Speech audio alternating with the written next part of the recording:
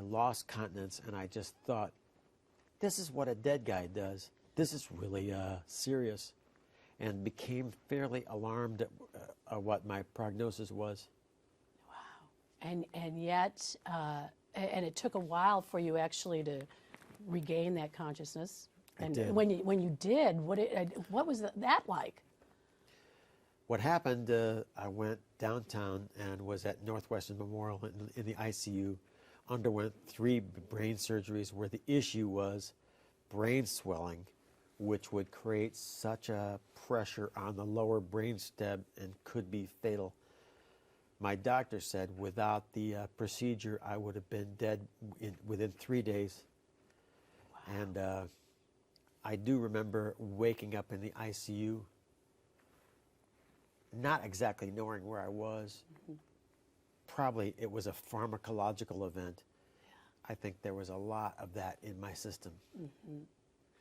I read in the Daily Herald today about angels. You did? Right. Did you feel as if there were angels there? I did. I felt like there were 3 angels in the room. And interestingly, they had New York accents.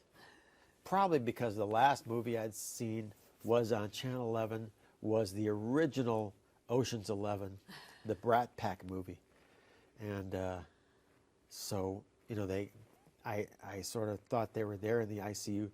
They probably have a regular gig there because of the issues. Right, right. And yet you said, no, not yet. Yeah, and they said, Mark, you want to come with us? You know, you can come with us if you want. Complete New York accent. Is that crazy? You know, the way they introduced themselves, they said, Mark, we're angels, we're really angels down here. Wow. And established that simpatico thing. You want to come with us? I said, no, I'll hold off.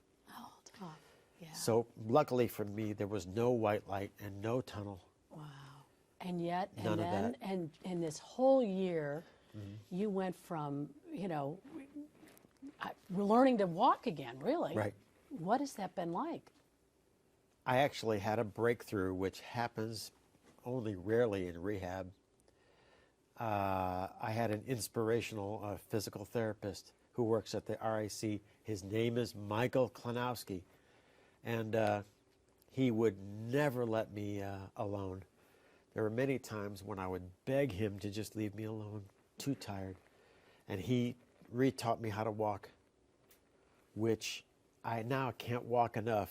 And these days with our dog Sophie, I patrol the corridor of the building that I'm living in. Wow. And Sophie and I make sure it's safe from communism. Yeah. Tell me about the kind of medical care you received. There are some who say, wow, because being a U.S. Senator, it has been so wonderful for you. What do you say to that? What I saw in the RIC was a difference between patients that weren't really trying hard.